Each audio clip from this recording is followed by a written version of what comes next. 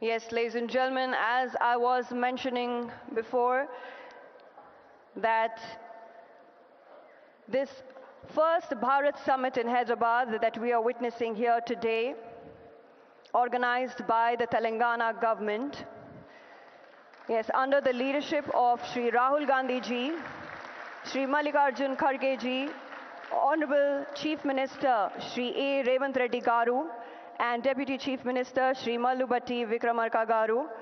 Yes, we have our leaders here. The theme of the Bharat Summit 2025 is Delivering Global Justice. We had Ms. Ann Linde and Mr. Salman Khurshid introduce the Hyderabad Declaration, and we've also, yes, heard Mr. Josh O.C., President Cameroon, speak to us. And now I would like to invite Ms. Marina Hay, Vice President, International Union of Socialist Youth, to please step forward and address the gathering. Yes, I request Ms. Marina Hay, Vice President, International Union of Socialist Youth.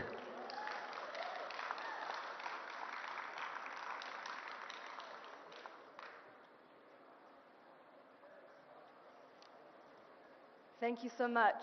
It is a huge honour to be here today. My name is Marina and I am a proud member of the New Zealand Labour Party. But I'm here today, thank you. But I'm here today to represent the International Union of Socialist Youth, which was founded in 1907 to confront growing nationalisation and nationalism and militarisation, much like we face today. But we are now an organisation of 136 member organisations from 100 plus countries around the world.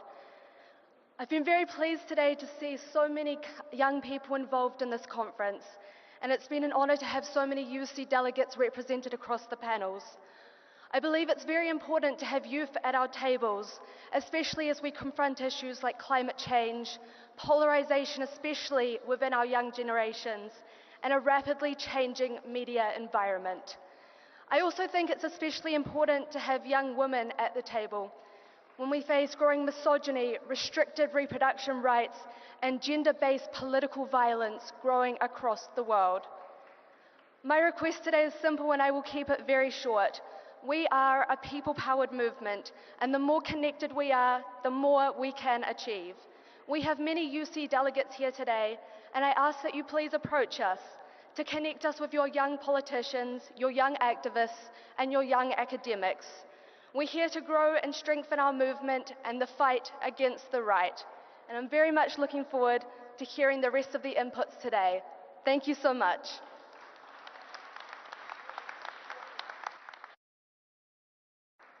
Thank you so much, Ms. Marina Hay there. Thank you so much for the remarks. I now request Ms. Jessica Ortega, Citizens Movement, Mexico, to please step forward and address the gathering.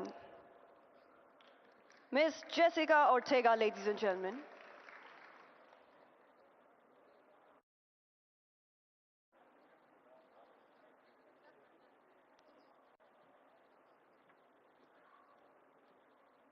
Muchas gracias. Primero quiero agradecer al gobierno de Telangana por esta hospitalidad, a todas y a todos los delegados que nos encontramos hoy aquí en esta importante reunión. A nombre de América Latina y en especial de México, mi país, quiero decirles que estamos muy agradecidos y contentas y contentos por todas las atenciones que han tenido con nosotros. Queridas y queridos camaradas, vivimos tiempos de retos.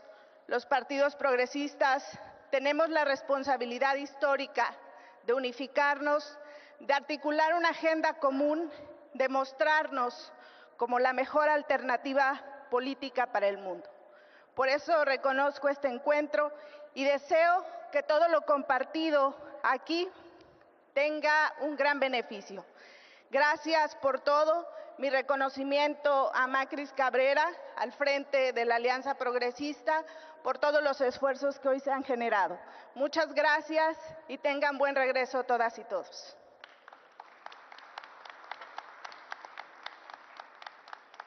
Thank you so much, Ms. Jessica Ortega. I now, ladies and gentlemen, would like to invite our Deputy Chief Minister, Shri Mallubatti Vikramarka Garu, to please step forward and address the gathering.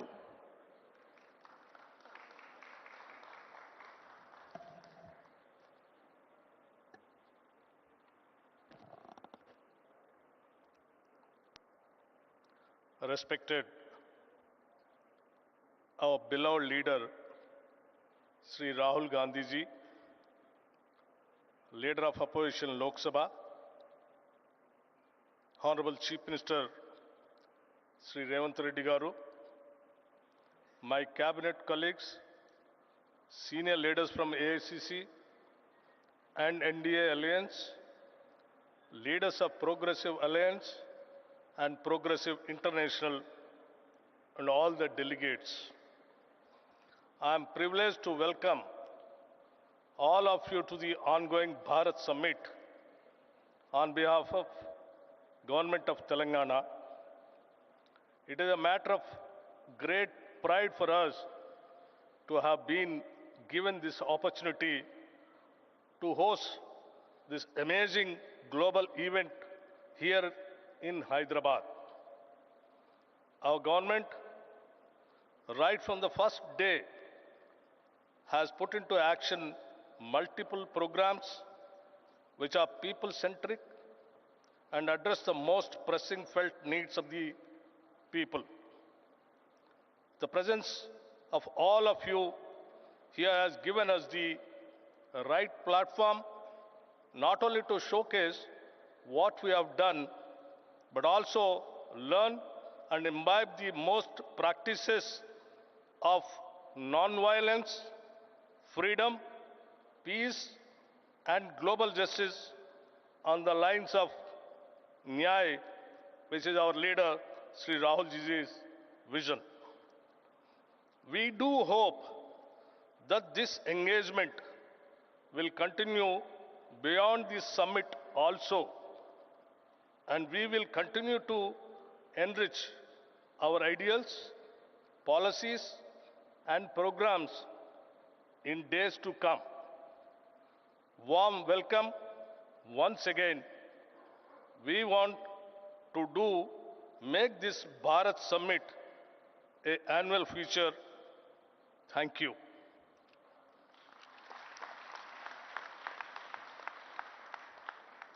Thank you so much, sir, for the remarks, and thank you for the inspiring words. Ladies and gentlemen, Telangana government is organizing this first Bharat Summit in Hyderabad, and ever since the new Congress government assumed office in December 2023, our Honorable Chief Minister, Shri A. Revanth Reddy Garu, has started delivering people-centric development programs and schemes right from day one, uplifting the social status and standard of living of all citizens of Telangana state through various welfare schemes ushered under the Praja Palana program, marking the initiation of extensive initiative aimed at understanding and addressing the needs of the people at grassroots level. All the programs and initiatives are being led by our Honorable Chief Minister of Telangana, Shri A. Revanth Reddy Garu, along with cabinet colleagues under the guidance and mentorship of Shri Rahul Gandhi ji, Shri Mallikarjun Kharge ji, and all senior leadership of Congress Party. I now request our Honorable Chief Minister, Shri A. Revanth Reddy Garu, to please address the gathering.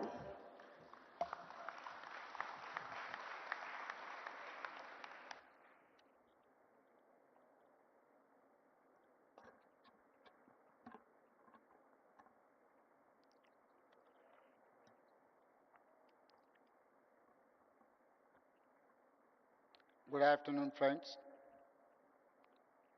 It is an honor to speak at the Bharat Summit. Leaders, intellectuals, change makers, and activists from different countries, I welcome you to the state of Telangana and its vibrant capital, Hyderabad. Telangana has a rich history, tradition, culture, and heritage. We were part of state called Andhra Pradesh and fought for many decades for separate state. The leadership for agitation came from students, trade union workers, farmers, and women. It's because of their fight we got separate state. However, for 10 years, dreams and aspirations of people were not fulfilled. They were deeply disappointed. When Congress government got elected, expectations were high. Our government has simple mantra: fulfill dreams of every section of society, especially students and youth, farmers, women, and, and oppressed castes. We have launched some of the biggest welfare schemes in the history of India. On August 15, 2024, we paid rupees 20,617 crore to 25,50,000 farmers totally debt-free. On India's Independence Day, farmers of Telangana found free from debt. This is biggest loan waiver in India for any state. Farmers in my state get 24/7 free power. We gave a crop input subsidy named by Right Bharosa of rupees 12,000 per year per acre of land. An annual support of rupees 12,000 per family is given to landless labor with Narega cards. Together, we give over rupees 20,000 crore annually to agriculture sector, farmers with land and landless labor combined. We are able to do justice to agriculture and farmers and the farming ecosystem. Farmers are seen agitating for minimum support price. In my state, in many states, in Telangana, we give minimum support price and additional paddy crop bonus of rupees 500 per quintal. Telangana farmers are making profits after we introduced bonus scheme. Farmers also benefit from both farmers insurance and crop insurance. And also students were at the forefront of Telangana education, but nothing was done for them. Their education or employment opportunities. Many youth pass out from college with a certificate, but no skills. For such youth, we started the Young India Skills University. There were no government job recruitment or notifications. When we took charge in the first year, we could fill over 60,000 jobs in government. We now launched Raju Yuva Vikasam to fund startup dreams, covering 5 lakh youth. The Congress party has a history of understanding what people need to different times and make policies to address those needs. Pandit Jawaharlal Nehru, first Prime Minister of India, focused on irrigation and education. Srimati Indira Gandhi focused on removing poverty through programs for roti, kapda or makan. The next 3 Congress Prime Ministers, Mr. Rajiv Gandhi, P.V. Narasimha Rao and Manmohan Singh focused on modernization, development and global technology revolutions like telecom and software. It is they who made it possible today for India to be 5th largest economy in the world. Our top priority is education, health and employment opportunities. We attended investment summits in Davos, USA, South Korea, Japan and Singapore. We got over 2.5 lakh crores investment to create jobs for youth in private sector. Telangana is a state where women are treated with equality and respect as part of our culture.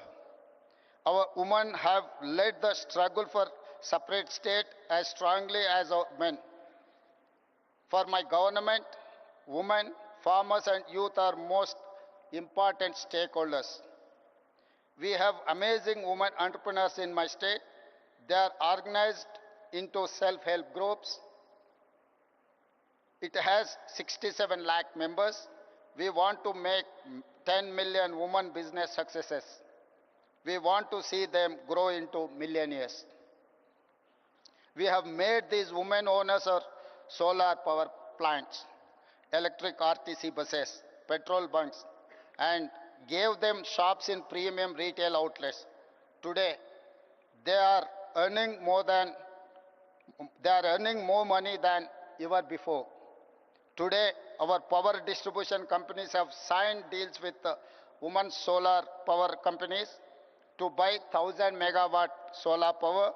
Women own 600 buses, competing with corporate transport firms.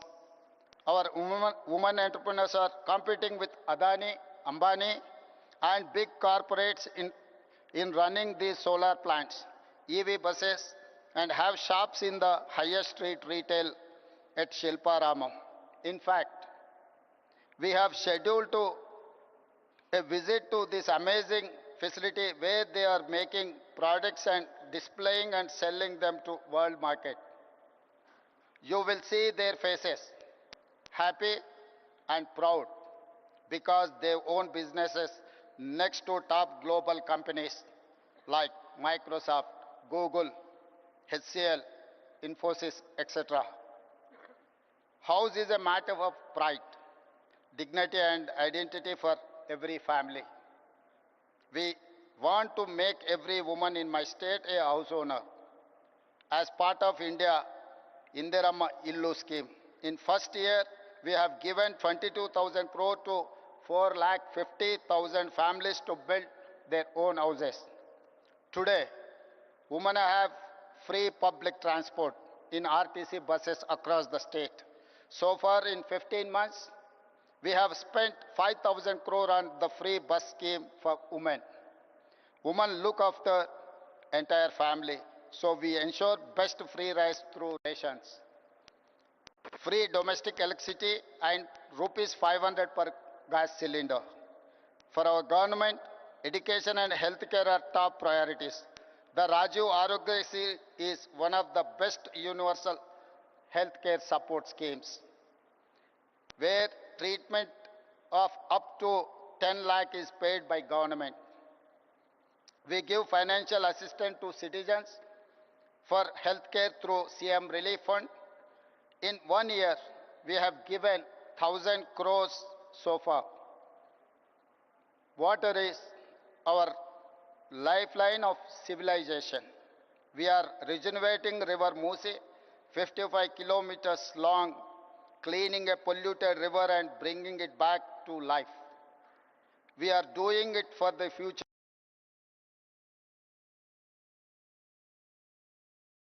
city and protect people from pollution.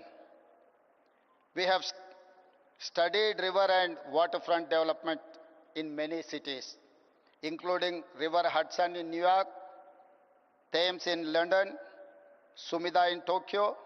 Muse will become biggest attraction of our city in the future and create thousands of jobs. Infrastructure is crucial to fight poverty and create wealth for all. We are undertaking many infra projects to make Hyderabad a top global city. We are building future city, a 30,000 acre world-class city, a regional ring road of 370 kilometers long and expanding our metro railway. You must have visited Charminar, Golconda Fort, Makkah Masjid, Hussain Sagar Lake and Buddha statue. In times ahead, we will add many modern marvels.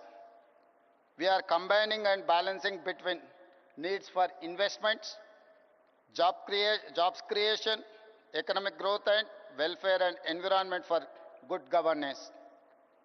Our approach is simple: increase government revenue to share with the poor people. We are transparent and proactive in reforms. For example, we are setting up a gig and app workers welfare policy. We have shared draft policy in public for feedback and suggestions. We conduct Prajavani, where citizens can share all their issues and problems. Every week, officials, MLAs, MLCs, ministers, and Chief Minister listen to people's grievances to address them. We have a portal to monitor entire program transparently. I am proud to share Telangana is the first state in India to conduct a caste survey. For nearly 100 years, no one conducted it. Empowerment of BCs is part of Telangana model. It is a reason why Telangana is rising. It is the reason why Telangana is a role model for OBC empowerment. We are first state in India to subclassify quota for Dalits to fulfill their age-old demand. Now, 15% SC quota is subdivided among subcastes. We are proud to say Telangana is rising because of Dalits are rising. I am delighted to share that Telangana is the first government to recruit third gender in our government as part of traffic police force.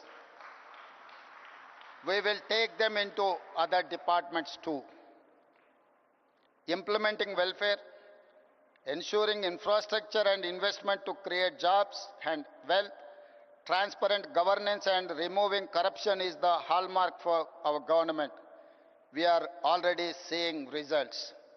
Fastest growing economy, highest per capita income, fastest jobs creation, lowest inflation, best policing, highest own tax collections, rapidly emerging as a hub in many sectors like global competency centers or otherwise GCCs, EVs and data centers. Our work has started. We have to do a lot more. I invite all of you to please join this mission to change lives of people positively. You must use your experience, knowledge, skills to share the Telangana rising story and give us inputs to do better work. Tell the world what you have seen and witnessed. Tell the world about our vision, our work, our achievements, the transformation and people's views. Become the brand ambassadors of Telangana Rising. I wish you all wonderful time at Bharath Summit. Thank you. Thank you very much.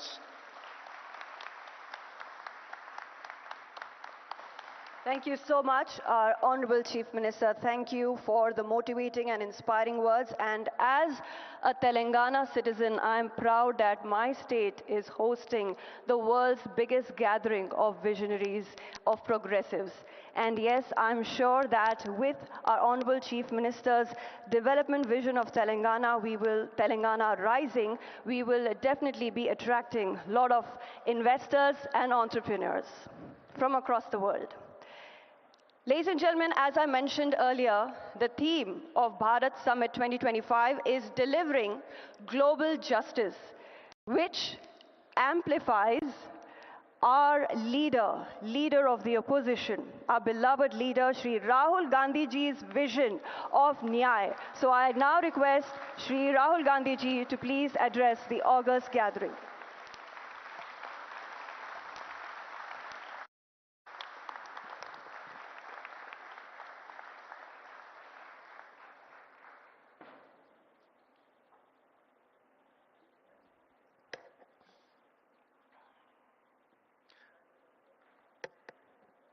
I'd like to welcome all the delegates from different countries who have come here for the summit.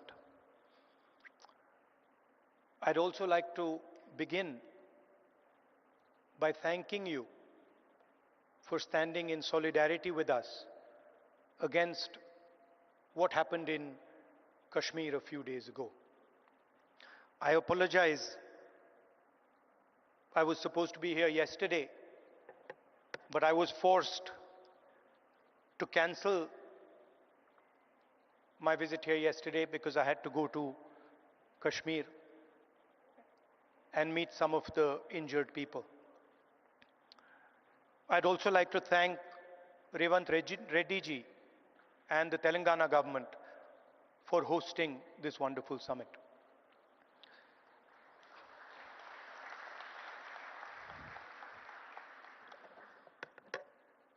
As we all know, politics, democratic politics, has fundamentally changed across the globe. The rules that applied, I would say, a decade ago, simply don't apply anymore. Sometimes, when I speak to younger members of our party, what was effective 10 years ago, the tools that worked 10 years ago, simply do not work anymore. They cannot face the concentration of capital, modern media, modern social media. And so, in a sense, the old politician is dead, and a new politician, a new type of politician has to be constructed. And that really is the challenge in front of all of us. What does this new politics look like? What are the ideas that emerge from this new politics? I'm sure you've had a deep discussion about policies, about how we should think about education, how we should think about regaining the democratic space, how we should think about healthcare. And each one of us has a particular view on that. So I'm not going to delve too much into the policy positions. I'm going to talk about what I think is the correct lens with which to approach our politics. Some years ago, we in the Congress party felt completely trapped in this new politics, aggressive politics, a politics where the opposition is not talked to, but the idea is to crush the opposition. And we found that all our avenues were compromised. The media, the general atmosphere did not allow us to operate the way we would like. And so, we reached back into our history and we decided to walk from Kanyakumari, which is one of the southernmost parts of our country, all the way to Kashmir, where I was yesterday. And I'd like to tell you a little bit about what I and some of my colleagues discovered on that journey. It's not a small walk, 4,000 kilometers. And I don't think we understood quite what we had taken on when we began it.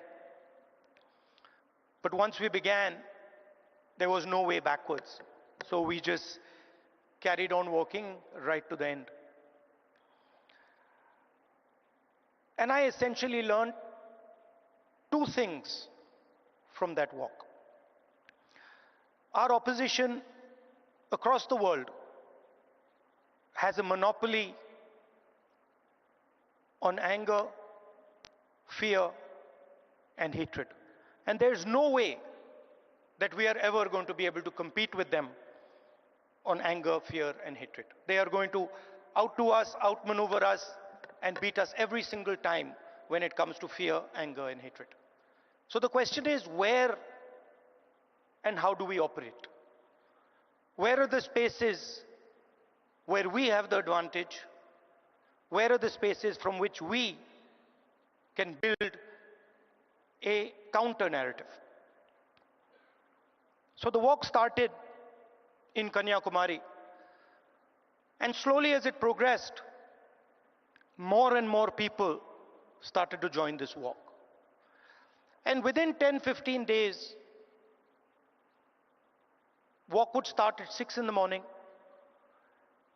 and we would have thousands and thousands and thousands of people walking with us, pushing us, people trying to come in, and it was something to see.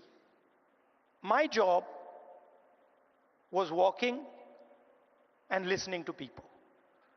And the one rule we had was that anybody, regardless of who he is, who she is, should be able to come to the center of where we were walking and have a conversation with me or the other leaders there. And so we followed this rule rigorously. As we walked, we talked and walked and talked and walked. I suddenly found that it became harder and harder to speak. As politicians, we are trained to do this. We are trained to come on stage and talk. We are trained to tell people what we think. We are trained to think about the future. But while I was walking, the number of people who were coming to me made that impossible. And so I started to listen. And I realized, halfway through that walk, I realized that actually I had never ever listened before. And in fact, I didn't know how to listen. I knew how to speak, I knew how to think, but I didn't actually know how to listen to people. What do I mean by that? Whenever somebody was speaking to me, I would have a conversation going on in my mind. I would be listening, and at the same time, I would be talking. Relatively quickly into the yatra, the talking completely stopped.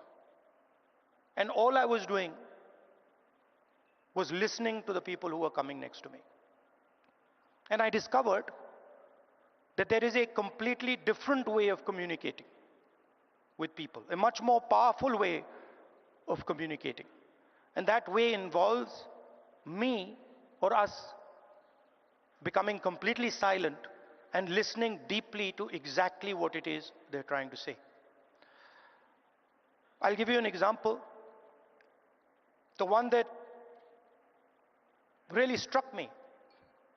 We were walking. It was early morning, it was still dark. And this woman came running towards me, and she held my hand. And the moment she held my hand, I felt fear in her hand. I didn't say anything. And I asked her,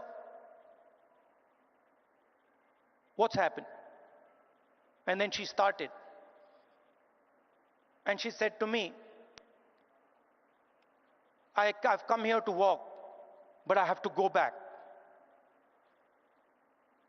I have to go back quickly.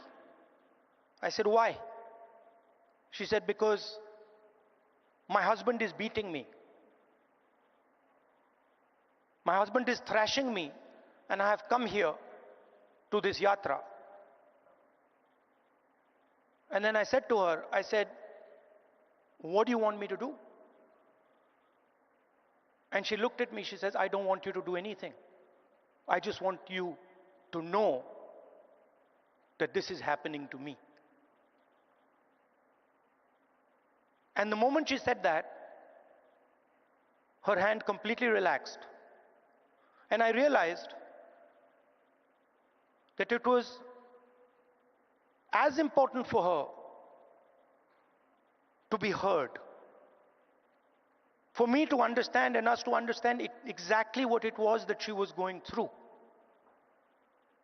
That was as important as any action we could take. And in 1 second, she transmitted to me what millions and millions of women go through in their homes. So our opposition really does not know how to listen, because they already have all the answers. They know exactly what is supposed to be done. And this is completely flawed, because it is the people who know what has to be done. And if there is one thing that we have failed at with all the social media and all the modern communication methods, it is that we have, as politicians, failed to deeply listen to what our people are trying to tell us. And this is the space where we can really operate, because our opponents have completely vacated this space. They're not there. They don't exist there. The second thing I learned, even more powerful than listening properly, on the yatra, it suddenly struck me, something struck me, that when it comes to people I'm close to, my mother, my sister, my friends, I'm very comfortable using the word love. And it struck me that I'd been in politics since 2004. And I never ever used or expressed love to anybody. So I was saying to people that I want to help you. I was working hard to help people, but I was not expressing the reason I was working. And so on the yatra, I started to do so. Little girl came up to me running, and she said, "Uncle, I love you." And I'm like, that's interesting. Why have I never said this before? Why have I never used this narrative that is the central narrative and the reason for what I do? And so I started. I would listen, and then I would use the frame of love and affection, and I would tell people that, you know, I love you very much. And something quite amazing started to happen. Till the yatra, I never used the frame of love, and nobody else used the frame of love. So I didn't have people coming up to me and saying, "I love you." And since I started using the frame of love, since I started saying to people these sort of uncomfortable words, that listen, I love you and that's why I do what I do, that's why I work, suddenly they started to respond. And today, in public meetings, on the street, people will stop me and say, "We love you, I love you." And the powerful thing about that is it starts the conversation at a place from where it's very, very easy to operate. Often we think that we are going to connect to people indirectly through policy, through the future. We'll help you with your children's education. We'll help you with finance. And there's a place for that. But there is also a way to connect directly to the persons present. Directly saying to them that the reason I'm standing here and the reason I'm doing what I do is because I have affection, love and affection for you. And it has completely changed my politics. It has made my life so much easier. It has made my ability to connect with people so much easier, I cannot tell you. On the yatra, we got a slogan. The slogan in Hindi is Nafrat ke bazaar mein mohabbat ki dukaan, which people who understand Hindi will translate. But what it basically means is that in a marketplace of hatred, you are opening a shop of love. Now, this slogan became very, very powerful in India. The idea that no matter how much hatred someone spreads, the biggest and most powerful way to disrupt them is not to copy them, not to argue with them, not to fight with them, but right in front of their hatred, to place the idea of love and affection. So that, I think, is a framework, a potential framework for our politics. We can disagree on policies. In fact, I'm sure that every single one of us will disagree on some policy matter or the other. But the lens we use, we can all agree on. Their lens is hatred, their lens is fear, their lens is anger. Fear leads to anger, ossified anger is hatred. And our lens should be that which cuts their lens. Our lens should be love, our lens should be affection, and our lens should be listening to the wishes and the will of the people we are supposed to represent. I'd like to thank all of you for coming here. It's an honor for me to listen to what you're saying, to work with you, and I'm confident that this summit will generate the ideas that we need to build a new politics in India and the rest of the world. Thank you very much.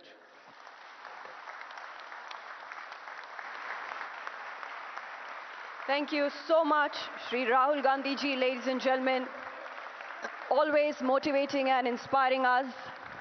And through this Bharat Summit, our leaders, Srimati Sonia Gandhi ji, Shri Rahul Gandhi ji, and Shri Mallikarjun Kharge ji, we hope to start, and we have, I should say, already started a global progressive movement where we want to show that Swaraj, Ahimsa, Satya, and Aparigraha are the only way to create a just and liberal world order. Ladies and gentlemen, we now will be watching a solidarity video message from Mr. Wayne Swan from Australia. So can we have the AV, please?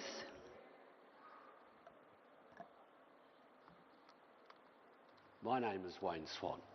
I'm the President of the Australian Labor Party, and I wish you all a very, very successful conference. As Social Democrats, we all believe in the power of public policy to change people's lives forever. Our central purpose is to address economic injustice wherever it is and for however long it takes. We know that without greater economic equality, it gets harder and harder to address racial and gender equality. In an era of hyper-individualism and the power of oligarchs, it gets harder and harder for us to secure economic equality. Our commitment must be to solidarity. We need to recognise that each of us have a stake in each other's success. To win the battle of ideas, we need a dedicated party organisation. Party activism has never been more important, particularly with the rise of fascism and the power of oligarchs in countries like the United States. Around the world, democracy is in decline. The far right is on the march. It's within our power to resist these trends and to build a new social democracy that will deliver greater equality and justice for working people. In the United States, we see a government of billionaires, for billionaires, and by billionaires. Democracy in that country is under threat. And around the world, we see the survival of the fittest mentality emerge from the far right. My message today is that we can defeat the oligarchs, we can defeat the far right if we have the right set of policies and the right amount of activism. There is no substitute for a dedicated party organisation and a policy platform that appeals to working people. And no policy objective is more important than making sure that everyone has the capacity to work and has the security of a social safety net, particularly in health and education. So our challenge is to connect, to motivate our members so that we can build a fairer society and a more prosperous economy. So much, Mr. Wayne Swan there. And now, ladies and gentlemen, we have a solidarity video message from Mr. Lars Klingbeil from Germany. So can we have the AV, please? Dear comrades and friends, dear Rahul Gandhi, on behalf of the Social Democratic Party of Germany, I would like to convey to you the warmest greetings. I would like to thank Rahul Gandhi and the Indian National Congress for hosting this international conference. Unfortunately, I cannot take part today. As many of you know, we are in the midst of forming a government in Germany. Dear friends, the issues we're facing in Germany and in Europe are closely connected to the topics you are discussing on your conference. Our international rule-based order has come under great pressure. Almost on a daily basis, we are witnessing attempts to disrupt, to undermine, and to circumvent the rules, values, and institutions that define and structure the very ties that bind us together in this world. Unfortunately, we are witnessing the increased questioning of these achievements. Threats, blackmail, and strong armed tactics are replacing negotiations and the belief in corporations and the search for common interest. Attempts are being made to replace the rule of law with the rule of might. These developments must be stopped. We need to return to the universal acceptance of the rule of law. We need to strengthen and improve the institutions of our international rule-based order. Dear Rahul and dear friends from the Indian National Congress, I would like to thank you for organizing and hosting this international conference. In the face of recent developments, an international conference that aims to discuss how to deliver global justice is more than timely. I take it as a sign for hope that members from Progressive Alliance, Progressive International, and a delegation from the Socialist International are convening together on this weekend in India. This conference and the work you are doing is vital to find the answers to the pressing questions of our time. In order to battle the rise of right populists, we need progressive, democratic, and social responses. Dear comrades, this conference is an important step to the right direction. I look forward to further strengthen our cooperation. Let us contribute to a world that is safer, more just, and enables us all to live in dignity, prosperity, and peace. I wish you a successful conference. Thank you so much, Mr. Lars Klingbeil there. And now, ladies and gentlemen, we have our distinguished international leaders here present, and I will be introducing them onto the stage to speak to all of you. So I now request Mr. Giacomo Filibeck to please step forward and address the August gathering.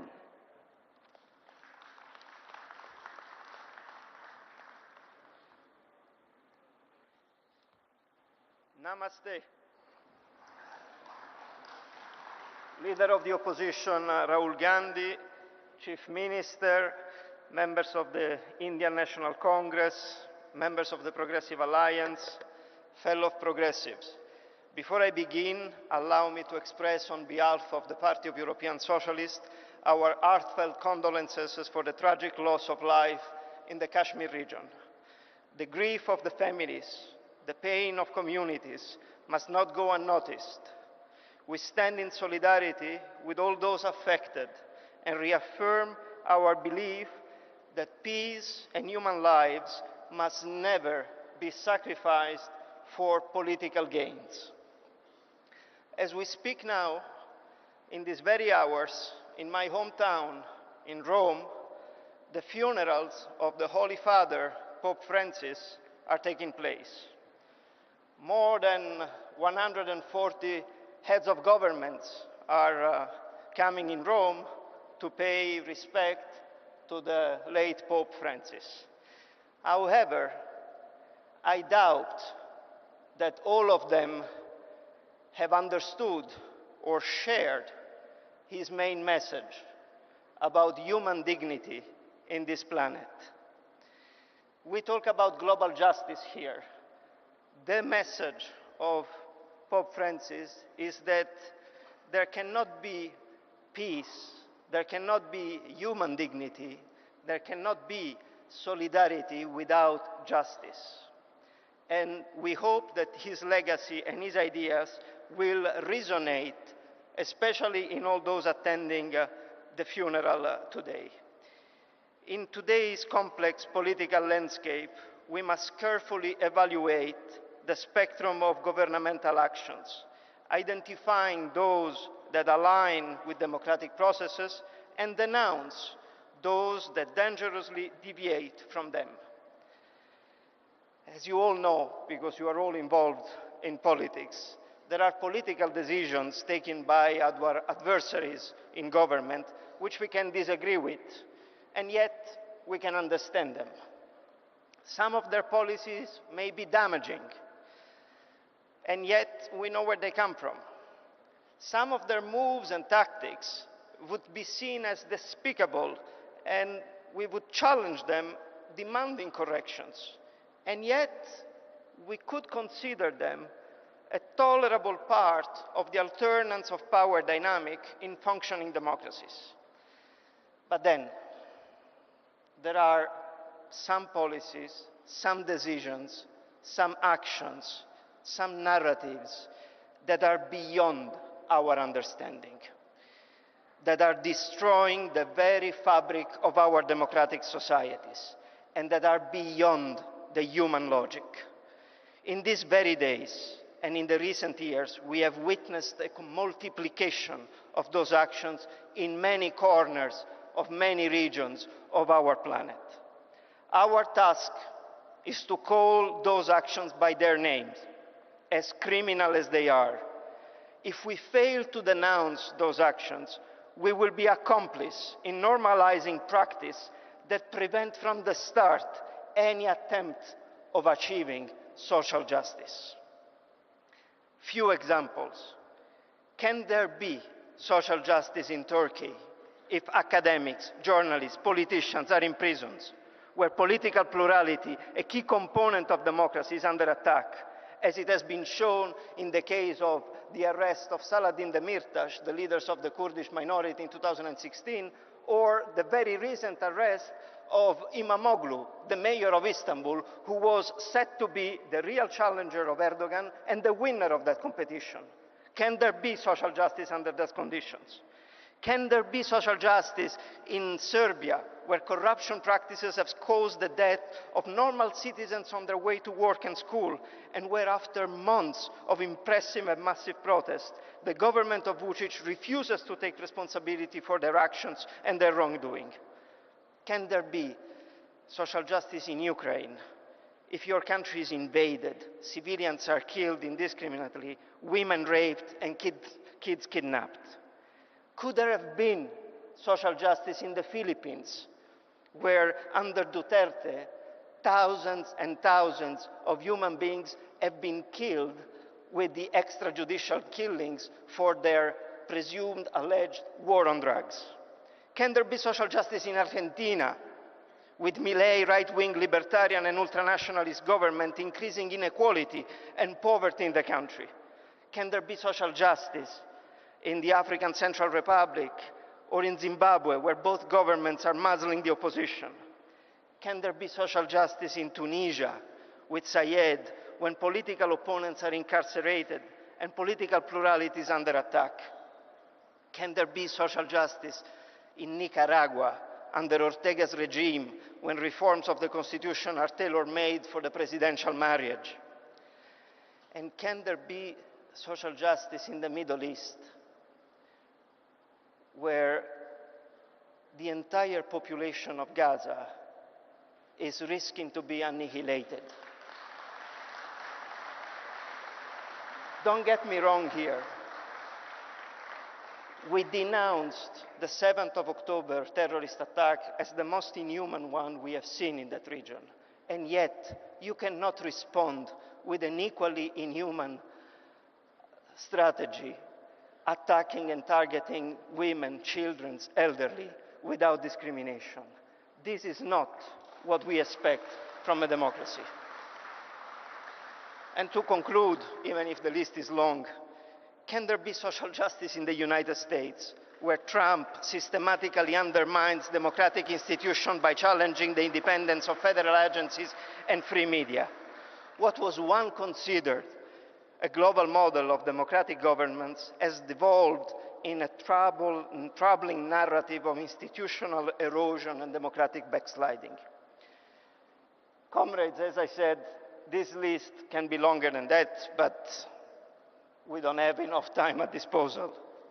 But I know that all of you know yourself what and which countries I'm referring to, because you all have witnessed, in one way or the other, forms of injustice in your country, and if it was not in your country, it was in the neighboring country, and if it was not the neighboring country, it was in the region of where you stay in this world. The perpetrators of injustice in our systems are nowadays aligned, and they cooperate with each other. They speak the same language, and it was very eloquently said by the leader of the opposition, Rahul Gandhi, of hate and discrimination. We must dismantle the fear of the other and replace it with a narrative of unity, dignity, and shared progress. For all these reasons, it is of utmost importance that we all mobilize as progressive forces in unity around the world. We need to reinvigorate the global progressive movement, one that is driven by the belief that a better world is possible. For us to succeed, it is essential to deepen our links with all players like-minded around the world. And together, we can build a common narrative and have a common voice to face this fragmented world that lies ahead. Yesterday was the 80th anniversary of the liberation of my country, of Italy, from the Nazi fascist occupation. We must never forget the sacrifice of the lives of the resistance movements in a country like Italy. Their sacrifice is what allowed the generation afterwards, like mine, to enjoy a system where human rights, freedom of speech, democratic practices are possible. There are forces in this world that are trying to push us to forget that sacrifice or to minimize it. We shall never allow this to happen. And the best way to do it is to unite ourselves under the leadership of leaders like Rahul Gandhi and all the leaders of our parties to make our voice heard in every region of the world. Bella ciao.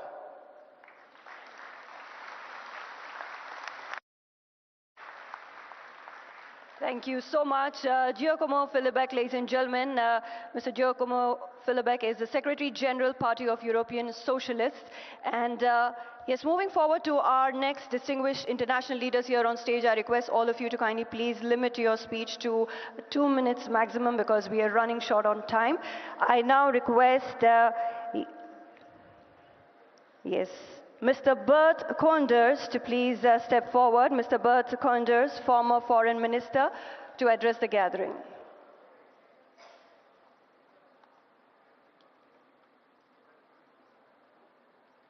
Yes, I now request Mr. Bert Koenders, former Foreign Minister, to please address the gathering. And I also request you, sir, to please limit your speech to maximum 2 minutes. Thank you very much. Thank you, sir. Mr. Gandhi, ladies and gentlemen, thank you very much. It's a great honor for me, representing here today the Dutch Labour Party, to be with you here in a very historic meeting. This is, I think, almost 80 years after the importance of this country and later on the Bandung Conference. And we have been inspired, I think, at the time by the leaders of the past, of thinking about how we could build an order in the world that was more equitable and just. And I think the Bandung Conference has to give our an inspiration, not only for new politics in our countries, I think it's extremely important, but also about a new arrangement in our world, which is polarized, which is characterized by disrespect, by unilateralism. I'm limiting myself to 2 minutes, so let me give one plea. It is very urgent in a time of beggar thy neighbor policies, of unilateralism, of inward-lookingness, that together the spirit of Bandung is coming back, inspired by your party, as a force for the Progressive Alliance to work on a new deal between the South and the North. India can be in the lead, Europe can be in the lead. We need a real deal for respectful multilateralism, not only in terms of justice and human rights. I think it's absolutely key. It was just mentioned. Thank you very much. We're in a time of repression, of respect of human rights. Never have been so many people and journalists being killed around the world. But it's also about an equitable economic order. And I think in that respect, the big announcement we're going and have made today on a new beginning for international justice should lead to concrete action. And thank you very much, all of you, in this great city of Hyderabad, to create a new Bandung.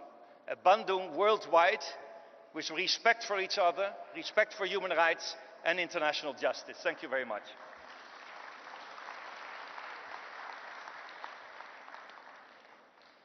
Thank you so much, sir, and appreciate it for keeping it short. I now request Ms. Monica Fain, President Socialist, to please step forward and address the gathering.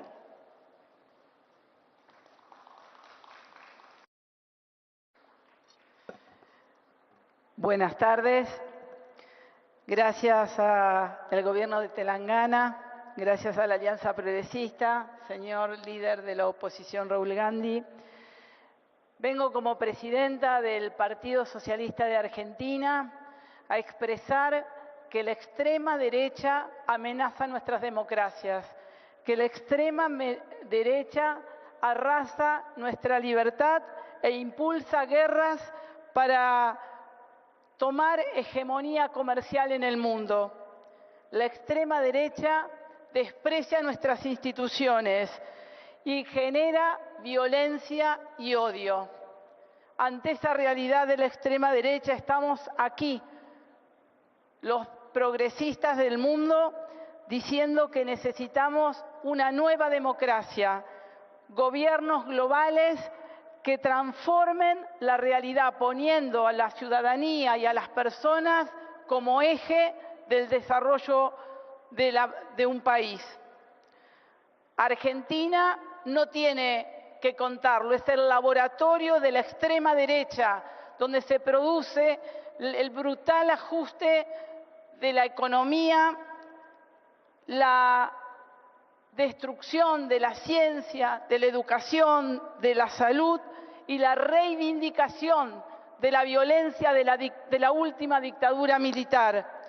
Nosotros en Argentina vivimos el accionar de la extrema y de la ultraderecha. Por eso venimos a este lugar y agradecemos este encuentro para decir que necesitamos una voz progresista más fuerte que le diga al mundo que podemos construir una sociedad con igualdad, con solidaridad, con justicia para todos y para todas, donde las mujeres, las disidencias, los campesinos, las campesinas, todas aquellas que queremos tener una vida digna, lo podamos construir.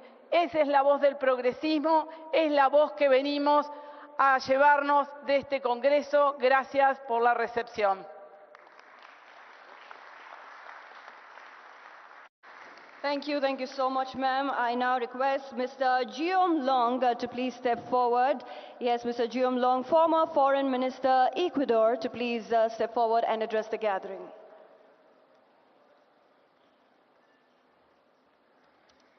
Thank you very much. I'd like to thank the government of Telangana for its very generous invitation, thank the Congress Party for hosting us, and thank the Progressive International. Thank you, Varsha, for bringing such a great delegation of 12 countries. It's a real honor for us to be here. And of course, I'd like to express my heartfelt condolences to the people of India, my sincere solidarity for the terrible, tragic attack that occurred this week in Kashmir. This is 70 years since the Bandung conference, this week. And in the very little time I have, I would like to ask the following question. How is India going to position itself? And more importantly, how is the Congress Party going to go forward in terms of its vision for internationalism?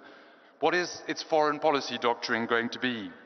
We've heard here that we're facing a unique historical moment. We're facing the onslaught of exceptionalism, what I would call a reactionary international, which of course we have to contest, we have to fight through a progressive internationalism. This requires collective action against divide and rule, against the race to the bottom, which is often privileged by this emphasis on bilateralism, the bilateralism of the deal, whether it's an artful deal or not an artful deal. The bilateralism in order to maintain a symmetry, often between global north powers or superpowers and global south countries. A progressive project must have an international project at its core. And this is a crucial element because in this conference here and this morning, we've heard many wonderful policy initiatives. This morning we were in there was a great workshop on how new laws for gig workers have been introduced, first in Rajasthan, then in Karnataka, and now very soon in Telangana, and we celebrate this. And there are all sorts of fantastic domestic policies that have been proposed here. What about international policy? What is the internationalist project of the Congress Party going to be? Is it going to be the legacy of this wonderful picture of the Bandung Conference 70 years ago this week with Nehru, Nkrumah, Nasser, Sukarno and Tito? Or is it going to be an India that is just used as a bulwark of the West against China? Is it going to be an India of bilateralism? Or is it going to be an India of multilateralism, of collective action? An anchor in the global South to fight some of the great abuses of the current system of international governance we are often victim to. The Indian National Congress is heir to the historic legacy of Bandung. In Latin America and in the global South, it is this legacy from this party we most admire. It is this legacy from this party that I teach my students. What is it going to be? A Congress Party from the global South? A Congress Party seeking to harness collective action? A Congress Party going back to its non-aligned roots? We heartily hope so in Latin America and the global South, and we encourage you all to follow this path. We need a genuine, not a vacuous, not a tokenistic, commitment to the struggle for the democratization of the international system that serves the needs, the interests, the rights of the world's majority. The Congress Party is called to play this role. Thank you very much.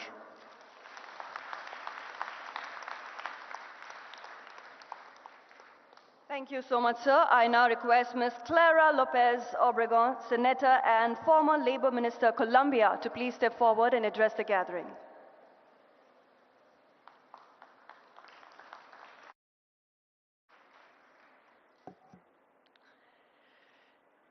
Colleagues from the progressive forces of the world over, Mr. Rahul Gandhi,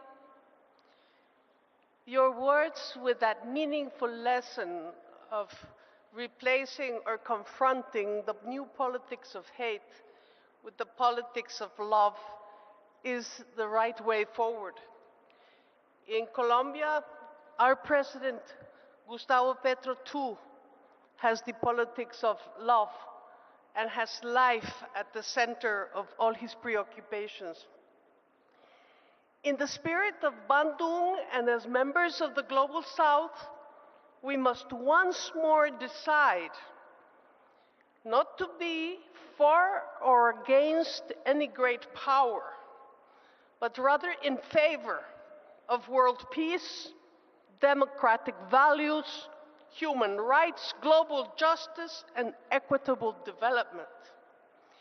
May the Bharath Summit signify the unity of all progressive forces with the common goal of social justice in a world that once more faces the East-West divide and the challenges of intolerance, terrorism, and genocide, which we wholeheartedly condemn and express our solidarity for the happenings recently that have affected India and the world over.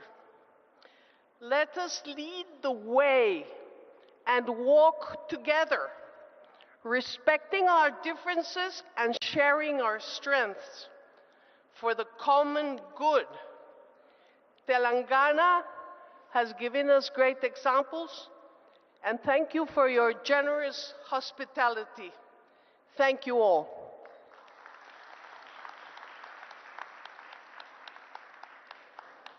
Thank you so much, ma'am. I now request Mr. Jorge Tayana, former Foreign Minister, Argentina, to please step forward and address the gathering.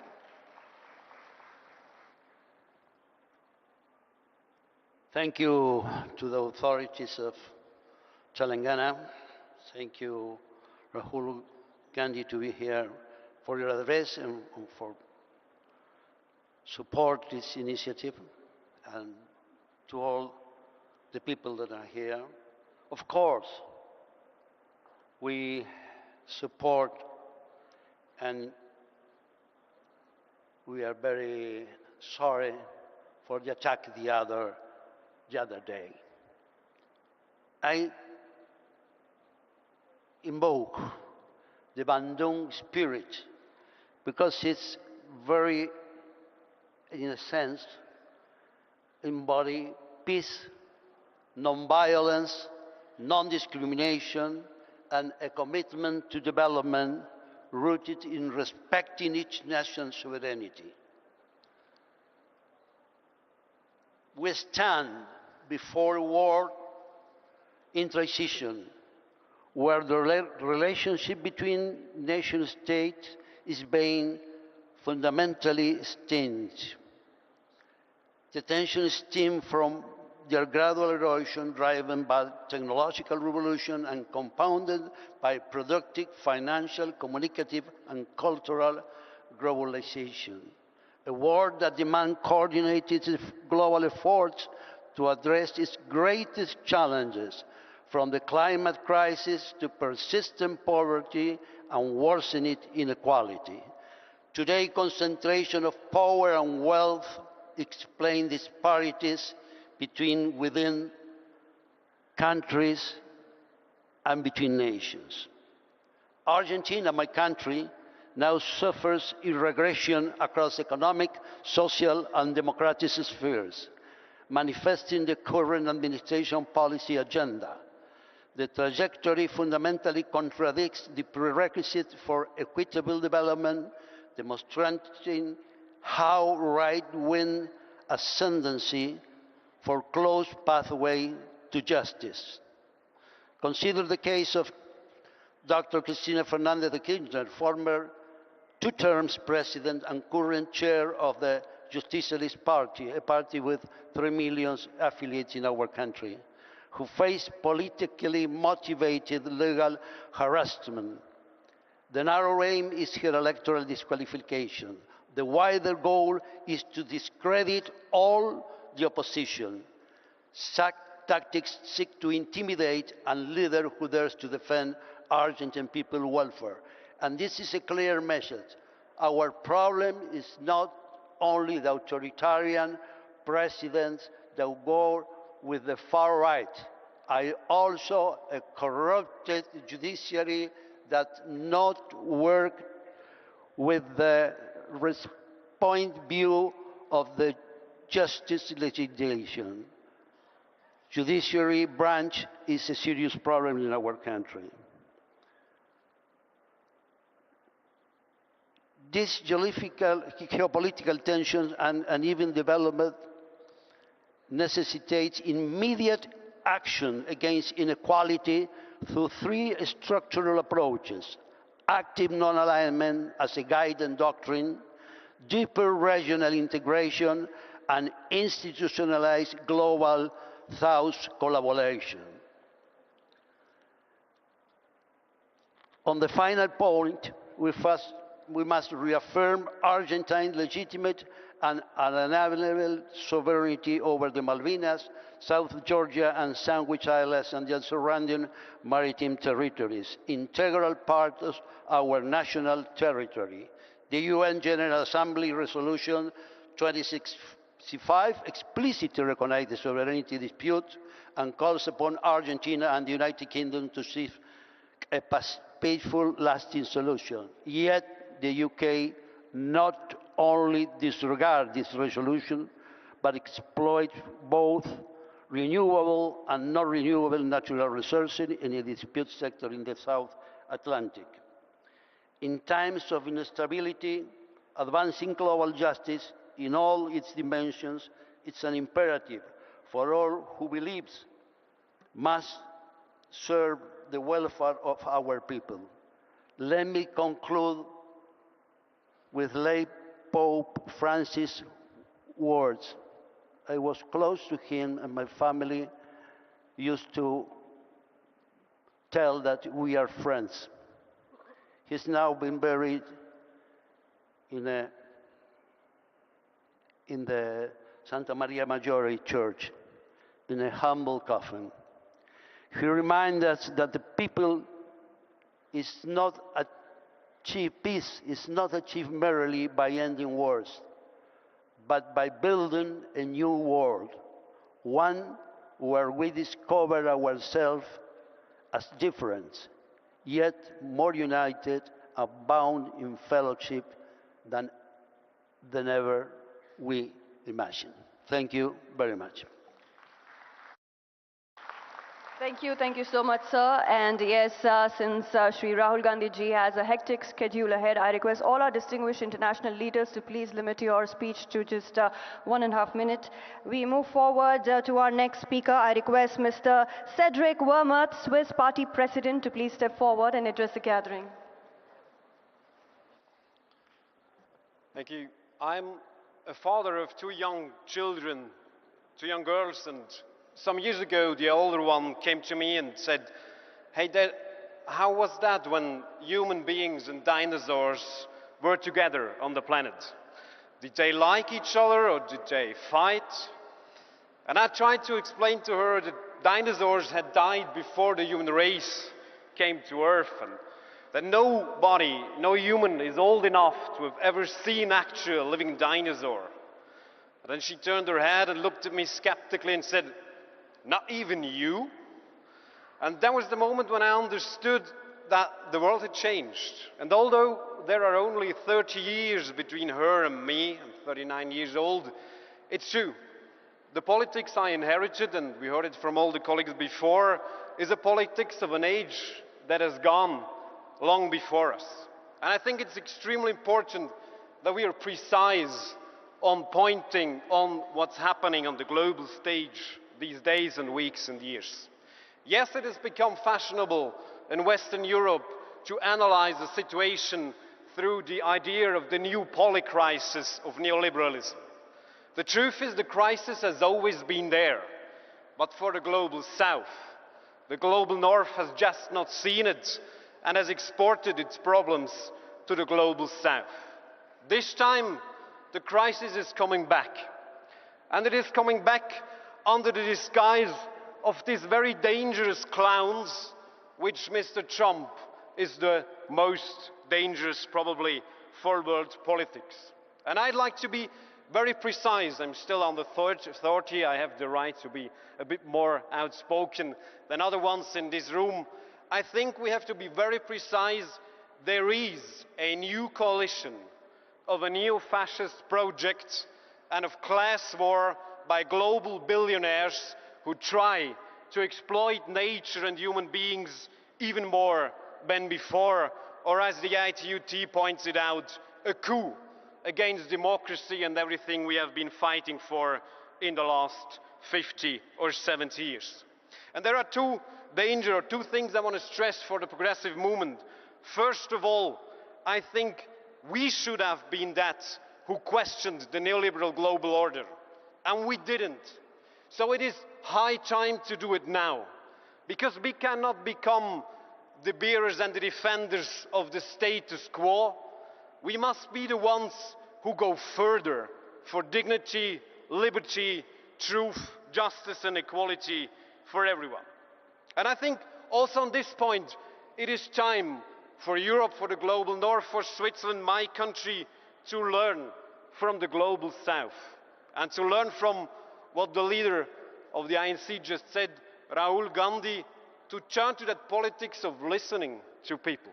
So maybe we could start at a progressive international, progressive alliance, this global, not only Indian, but global yatra, would be a little bit more like 40,000 kilometers, but 4,000 kilometers, but listening to the people of the world and taking up that struggle for more justice and trying to create a real common political ground that has dignity and love in its core. We are ready to do it. The world has only us to defend it. Please be with us. Go to action. We need global progressive politics. Thank you everyone for doing that every day.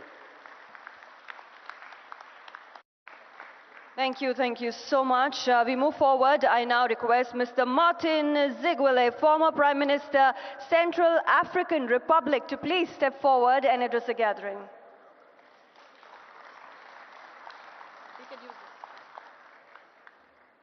Merci, je serai très rapide, je parle en français.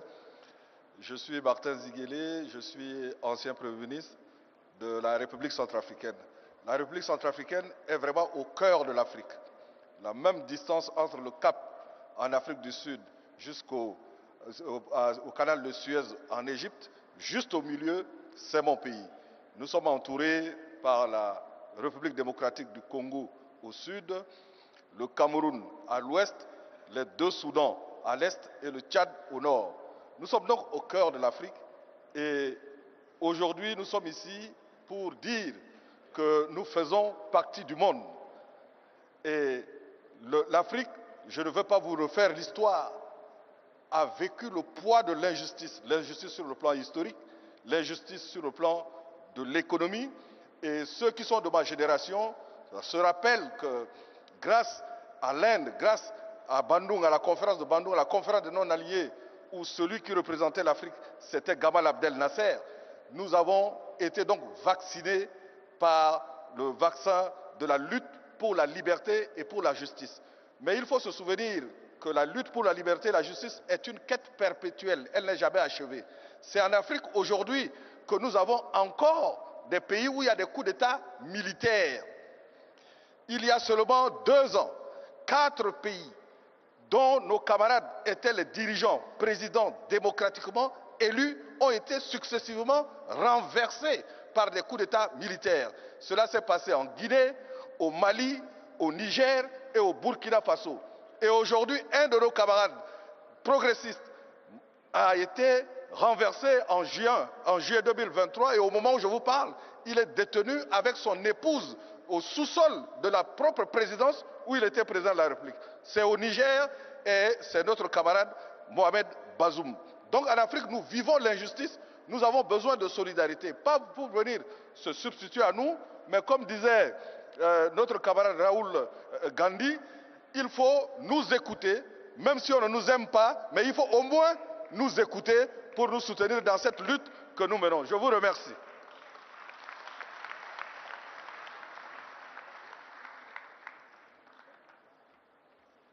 Merci. And yes, ladies and gentlemen, we now move forward to launching, yes, the Hyderabad resolution. We have the documents in hand. Our dignitaries present here on stage have it all in their hands. So I request you to kindly please rise and hold it in your hand as the photographers, the videographers will capture this wonderful moment, ladies and gentlemen, as we formally launch Hyderabad resolution. I request all our dignitaries to please step forward with the document in hand. I request all our friends from press media to please step forward and capture this wonderful moment, the powerful formal launch of Hyderabad resolution.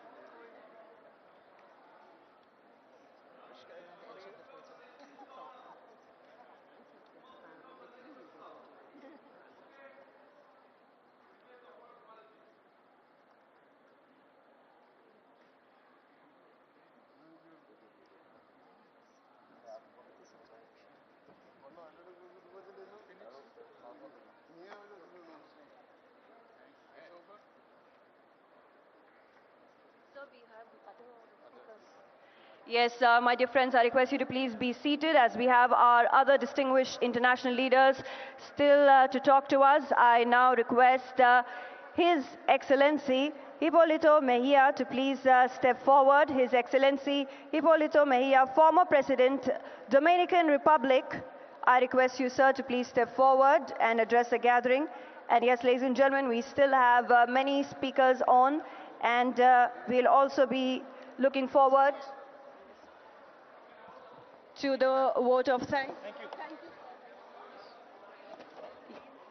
Yes, ladies and gentlemen, request you to please be seated. Please be seated. We have our distinguished speakers. Yes, my dear friends, ladies, please settle down, be seated. We have our distinguished speakers who will be talking to us. We have 5 more international leaders speaking to us. And we also will be witnessing the closing remarks by TPCC President Shri Mahesh Garu. So I request you to please remain seated. Yes, ladies and gentlemen, dignitaries, delegates, I request you to please remain seated. We are continuing with our international leaders delivering their speeches. And we also have the closing remarks to be said by TPCC President Shri Mahesh Garu.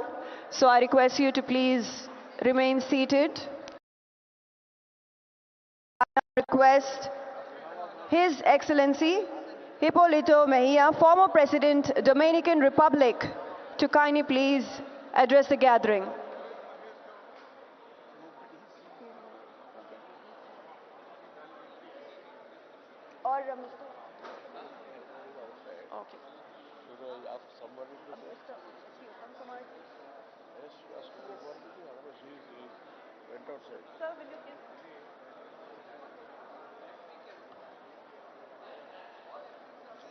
So thanks. What up?